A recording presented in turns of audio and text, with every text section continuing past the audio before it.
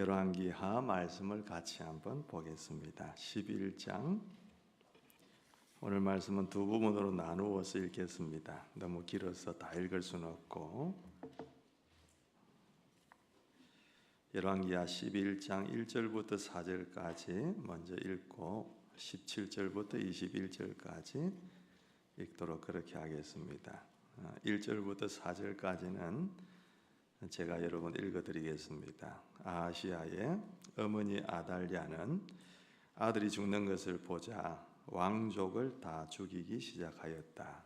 그러나 왕자들이 살해되는 가운데서도 여호람 왕의 딸이요 아하시야의 누이인 여호세바가 아하시야의 아들 요아스를 몰래 빼내어 유모와 함께 침실에 숨겼다. 이때의 사람들이 아달랴가 모르도록 그를 숨겼으므로 그는 죽음을 면할 수 있었다. 요아스는 그의 고모 여호세바와 함께 6해 동안을 주님의 성전에 숨어 지냈으며 그동안 나라는 아달랴가 다스렸다. 7째 해가 되자 여호야다 제사장이 사람을 보내어 가리 사람의 백부장들과 호위병의 백부장들을 불러왔다. 그리고 그들을 주님의 성전에 있는 왕자에게로 데리고 가서 그들과 더불어 언약을 맺고 또 주님의 성전에서 맹세를 하게 한 뒤에 그들에게 왕자를 보여주었다. 그랬습니다. 17절부터 한번 보시죠.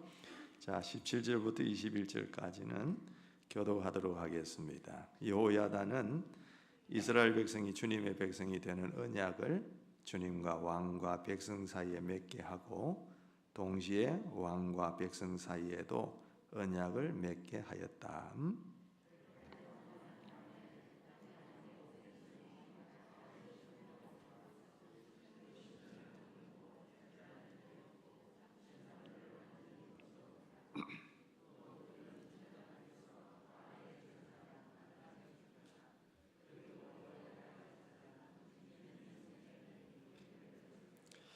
그리고 그는 백부장들과 가리 사람들과 호위병들과 그 땅의 모든 백성을 거느리고 왕을 인도하여 주님의 성전에서 데리고 나와서 호위병들이 지키는 문을 지나 왕궁으로 행진하여 들어갔다. 왕이 왕좌에 오르자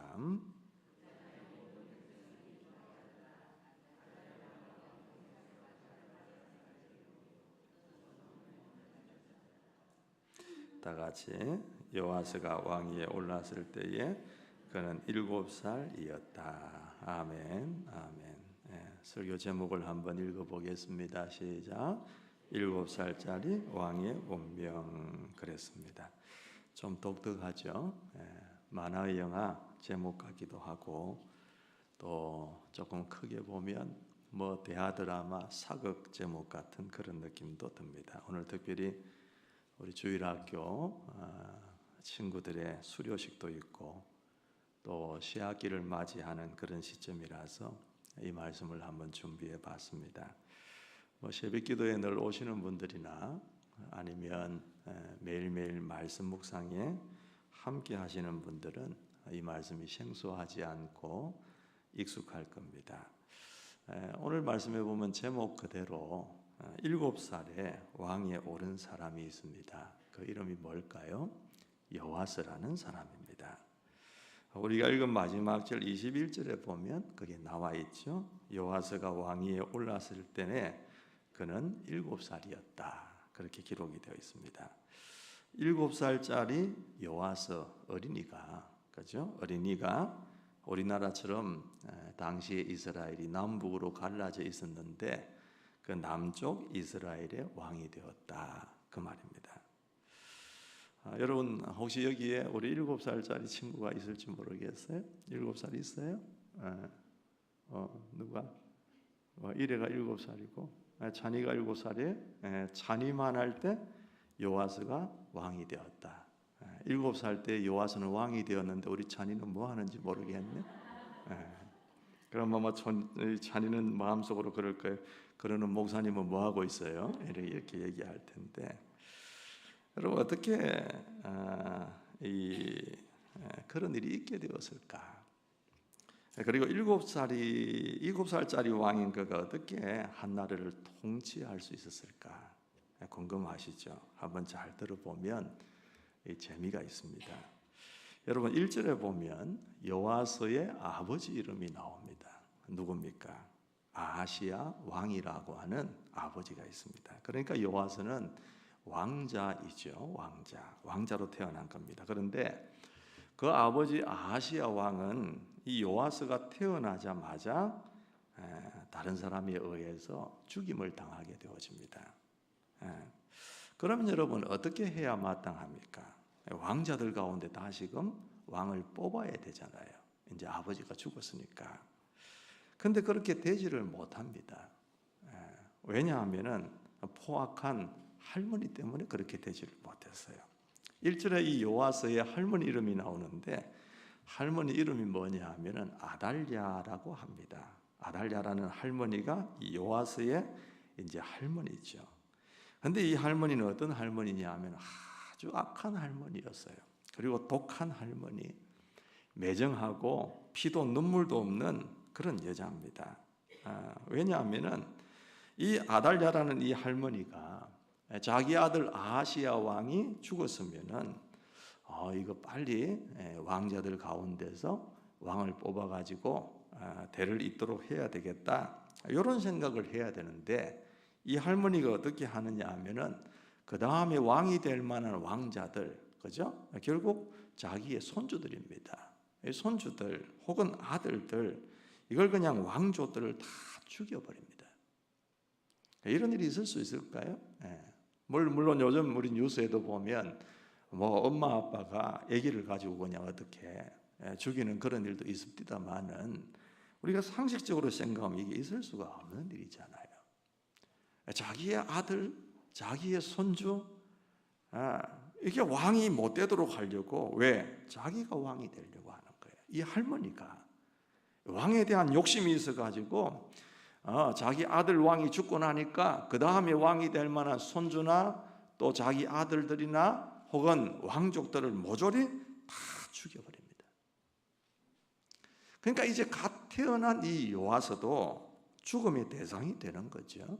그런데 그 와중에 이 여호와서의 고모가 이제 이 여호와서가 죽게 않게 하기 위해서 그냥 유모와 함께 숨기게 되어집니다. 그래서 어디로 숨게 되냐 하면은 성전으로 가서 숨게 되어져요. 그리고 거기서 6년 동안 숨죽이면서 자신이 거기에 있다는 걸 안 들키면서 살아가게 되어집니다. 그러니까 그 6년 동안은 여호와서의 할머니인 그 악녀 아달랴가 나라를 다스리는데 여러분 나라의 형편이 어떻게 했어요? 보나마나 뻔한 거죠. 자기가 왕이 되려고 자기 아들과 손주까지 다 죽이는 할머니가 다스리는 나라, 그 나라가 온전하겠냐 그 말입니다. 자세한 기록은 안 나와 있지만은 분명히 공포 정치였을 거고 폭정이었을 겁니다. 백성들도 그 가운데 얼마나 고생을 많이 했겠어요. 피폐하고 나라는 힘들고 그랬겠죠. 그래서 이런 세월을 견디다 못해서 그 아달랴가 다스리던 그 7년 뒤에 이 성전에서 여호와서를 가르치다시피 하면서 지냈던 이 제사장 여호야다가 반역을 일으킵니다. 그래서 왕의 부근에 있던 그 친위대 군사들을 불러가지고 성전에 숨겨둔 여호와서를 보여주면서 이 아이가 진짜 왕위를 이어야 될 왕인데 지금 여기에 숨어 있습니다. 지금 아달랴가 지금 저렇게 폭정을 멈추지 않고 있는데 그 아달랴를 축출하고 정통성 있는 이 여호와서를 왕위에 세워야 됩니다. 이렇게 이제 설득해서 그렇게 7살짜리 여호와서가 왕위에 앉게 되어지죠. 이런 얘기를 쭉 듣고 보면 참 기가 막힌 얘기, 드라마틱하고 재미있는 얘기인 것 같습니다. 그런데 여러분 곰곰이 한번 생각을 해보세요. 이 7살짜리가 그렇게 해서 왕좌에 그죠? 그 왕으로서 다스리는 자리에 앉았다 한들 그 한 나라를 통치하겠습니까? 자니가 만약에 오늘 대통령이 되었다. 그러면 여러분 자니가 이 나라를 다스릴 수가 있겠냐 그 말입니다. 오히려 나라가 혼돈스러울 수 있고 또 어려움에 빠질 수 있는 가능성이 있지 않겠어요? 7살짜리 왕이 다스리는데. 그런데 오늘 말씀 우리가 읽었는데 20절을 보면 백성들이 굉장히 기뻐했습니다. 그리고 도성이 평온을 되찾게 되었다. 이렇게 기록을 하고 있거든요. 그리고 오늘 읽지는 않았지만 우리 읽은 말씀에 그 다음 장 12장 1절에 보면 이 요아스가 40년 동안 왕으로 있으면서 나라를 다스렸다. 그렇게 얘기하고 있는 겁니다. 자, 7살짜리가 왕위에 올랐는데도 나라가 든든했습니다. 그 40년 동안 끄떡없이 나라를 다스릴 수 있었다라고 그 기한도 얘기를 하고 있습니다. 그 비결이 뭘까 그 말이죠. 그게 오늘 12장 2절 말씀에 나와 있습니다. 자, 스크린을 한번 보고 여러분 한번 읽어볼게요. 요아스는 시작. 요아스는 여호야다 제사장이 가르쳐준 대로 하였으므로 일생 동안 주님께서 보시기에 올바른 일을 하였다 그랬습니다. 여러분 띄워놔 보세요. 어떻게 7살짜리 왕이 통치를 할 수 있었다고요? 여호야다 제사장이 가르쳐준 대로 하였다라고 얘기합니다. 한번 따라해 볼까요? 가르쳐준 대로. 가르쳐준 대로. 제사장이 가르쳐준 대로 7살짜리가 그렇게 행했다 그 말입니다. 그래서 혼돈이 없었고, 그래서 평온했고, 그래서 40년 동안이나 이 요아스가 나라를 다스릴 수 있었다 그 말입니다. 방금 말씀드린 대로 요아스는 1살도 채 안 되었을 때 성전으로 피신하였어요. 그때부터 7년 동안 어떻게 지냈겠습니까? 여호야다 제사장의 지도하에 앞으로 당신은 왕이 될 것이다. 지금은 어린 꼬마지만은 당신은 언젠가 하나님께서 왕으로 세우시려고 당신을 피신시켜 놓으신 것이다. 그래서 이 여호야다 제사장은 지금 이 어린 이 요아스에게 내가 어떻게 가르치느냐에 따라서 이 아이가 나중에 자라서 왕이 되었을 때에 어떤 왕이 될 것이다 라는 걸 알고 있었기 때문에 사명감을 가지고 열심히 훈련을 시켰을 거예요. 뭘 가르쳤겠어요? 영어를 가르쳤겠어요? 수학을 가르쳤겠어요? 아니죠. 하나님의 계명과 율법, 그리고 하나님을 경외하는 법, 어떻게 하면 하나님이 기뻐하시는 왕이 될 것인가, 다윗처럼 이런 훈련들을 이 제사장이 열심히 시켰을 겁니다. 그리고 요아스가 7살에 왕이 되고 나서도 그 교육은 여전히 이루어졌을 거예요. 여러분 다윗이 그가 왕이 될 때까지 들판에서 다윗은 양을 치면서 하나님을 경험했다면 이 요아스는 성전에서 율법과 말씀으로 훈련을 받으면서 말씀 가운데 자라나게 된 겁니다. 그래서 요아스가 왕이 되고 몇 살 때부터인지는 모르겠지만 가장 관심을 가지게 된 게 뭐냐면 하나님의 성전이었어요.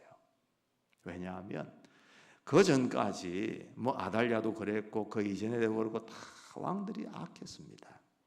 그래서 하나님을 경외하고 섬기지 않고 뭘 섬겼어요? 우상을 섬기고 하나님 말씀에서 떠나고 백성들이 우상을 섬기도록 방치하고 그랬다. 그러니까 하나님의 성전에 찾아와서 관심을 기울이는 사람이 그렇게 많지를 않았어요. 그러니까 여호와의 성전이 어떻게 되어 있었겠습니까? 볼품이 없고 또 많이 수리할 것도 필요했을 것이고 그랬을 것이다 그 말이에요. 그러니까 여호와스 왕이 그 성전을 바라보고 있으니까 마음이 아픈 거예요. 마치 다윗이 자기는 백향목궁에서 잘 편안하게 거하고 있는데 하나님의 궤가 천막 가운데 있는 걸 보고 성전을 하나 지었으면 좋겠다라고 생각했던 것처럼 이 요아스도 성전을 바라볼 때마다 마음이 아픈 거예요. 하나님의 성전이 저래서 되나? 다 전부 낡아지고 어스러지고 쓰러질 것 같은 저 성전을 고쳐야 되겠다. 이런 좋은 마음이 이 요아스의 마음속에 어릴 적에부터 생겼던 겁니다. 그래서 결국 이 제사장들도 별로 관심이 없는 그 성전 수리하는 일을 이 요아스 왕이 해낸다 그 말이에요. 얼마나 기특한지 모릅니다. 이게 다 어디에서 나온 겁니까? 어릴 적부터 여호야다 제사장이 훈련을 시키고 방금 말씀드린 것처럼 하나님을 이렇게 섬겨야 합니다. 하나님의 계명이 이렇게 되어 있습니다. 그러니까 당신이 정말 하나님이 축복하시는 그런 왕이 되려면 이렇게 살아야 됩니다. 그 하나님 중심의 그 사고를, 그 신앙을 이 요아스 왕에게 어릴 적부터 철저하게 심어 놓으니까 이 요아스의 마음속에 하나님밖에 없었던 거예요. 그러니까 그 한 예로 방금 말씀드린 것처럼 성전을 수리하고 하나님께 관심을 보이고 그랬다 그 말이에요.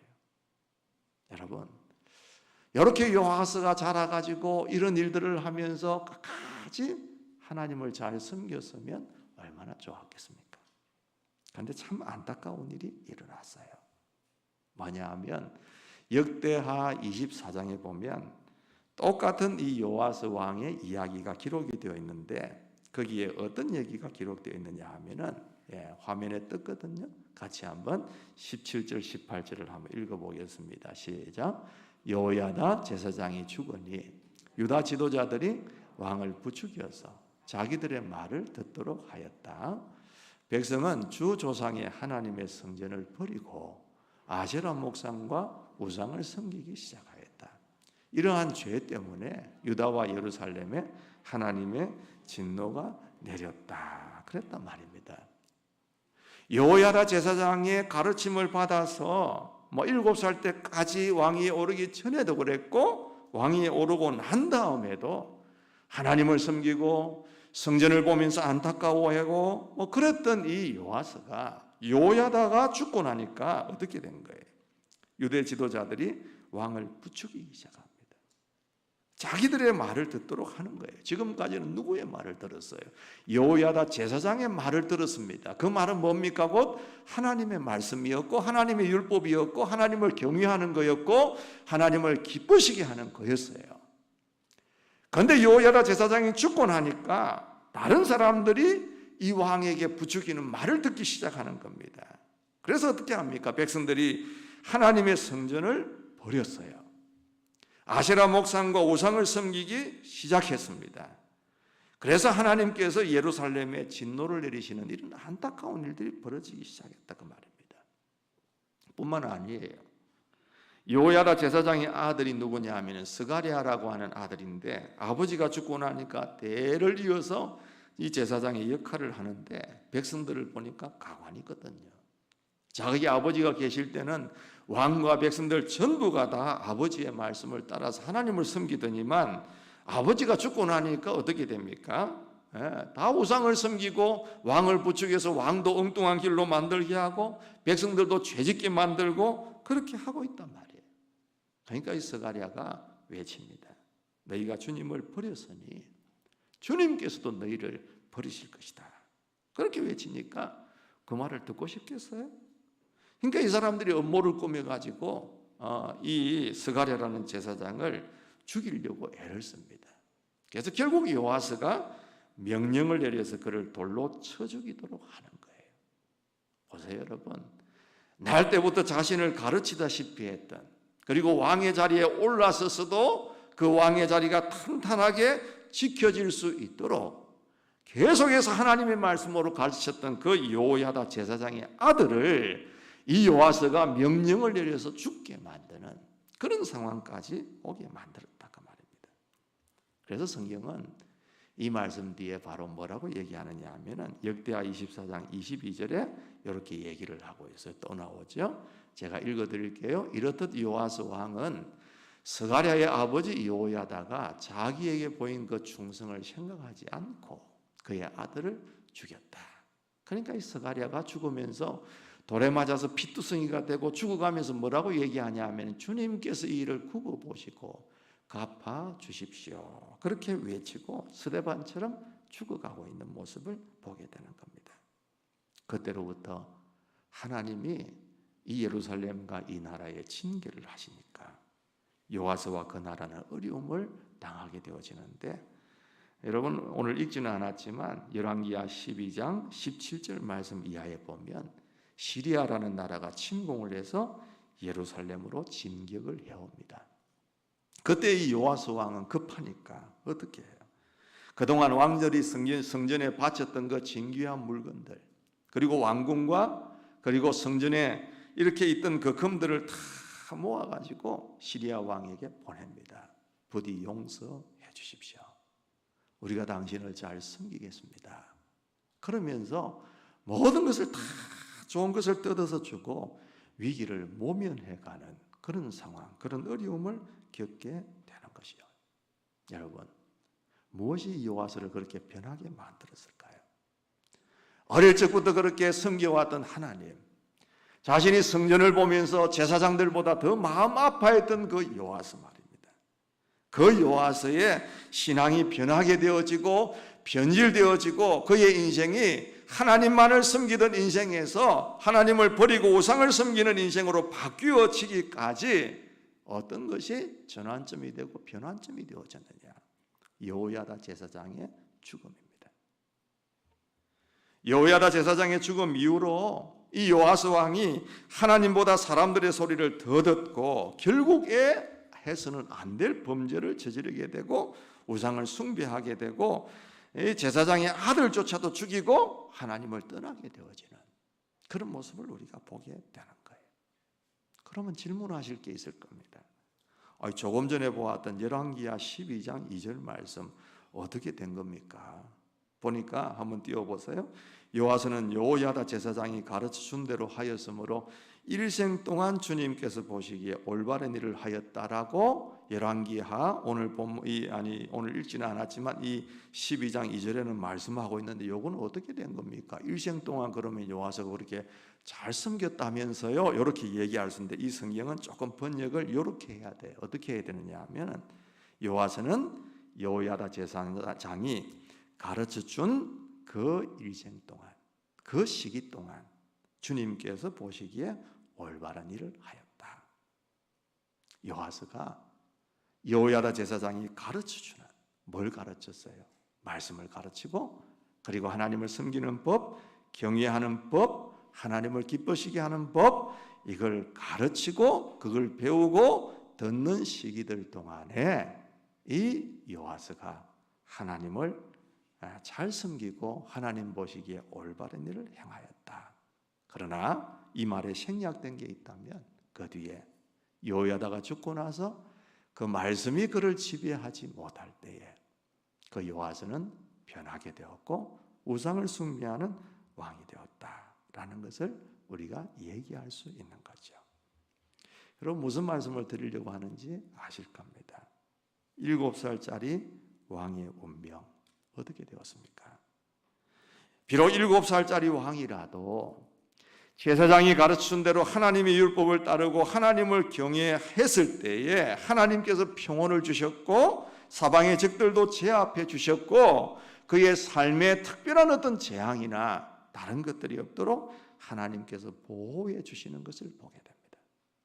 그러나 자기가 왕이 되어서 이제 어느 정도 세월이 지나고 내가 왕이구나, 내가 힘이 있구나, 내가 능력이 있구나 그러면서 하나님의 말씀을 듣지 않고 사람들의 소리를 들었을 때에 그는 멸망의 길로 걸어가고 있었다는 것을 보게 되는 것이죠. 여러분 어린 이 요아스 왕 7세 때의 왕이 오른 이 요아스의 운명은 누가 쥐고 있는 겁니까? 자신이 쥐고 있는 게 아니라 하나님이 쥐고 계시는 거예요. 우리 자신들의 운명도 마찬가지예요. 여기에 모인 우리 어린 아이들의 오늘 수료하는 아이들을 비롯해서 우리 주일학교에서 배우고 있는 아이들의 모습도 마찬가지예요. 운명하니까 좀 무거운 얘기 같지만 우리의 일생이 누구의 손에 달려 있는가 이걸 어떻게 믿음으로 받아들이냐에 따라서 우리 일생이 좌우된다 그 말입니다. 열심히 공부해야 되겠죠. 최선을 다해서 우리의 삶을 계획해야 되겠죠.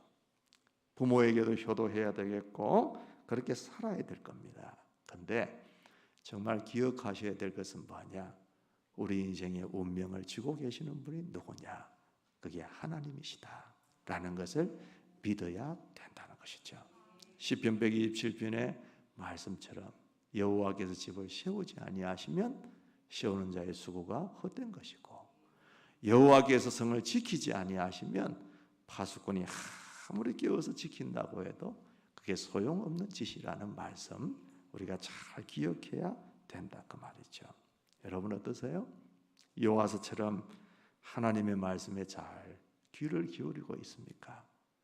목사님이 말씀을 드릴 때에 하나님의 음성으로 잘 듣고 계시냐 그 말이에요.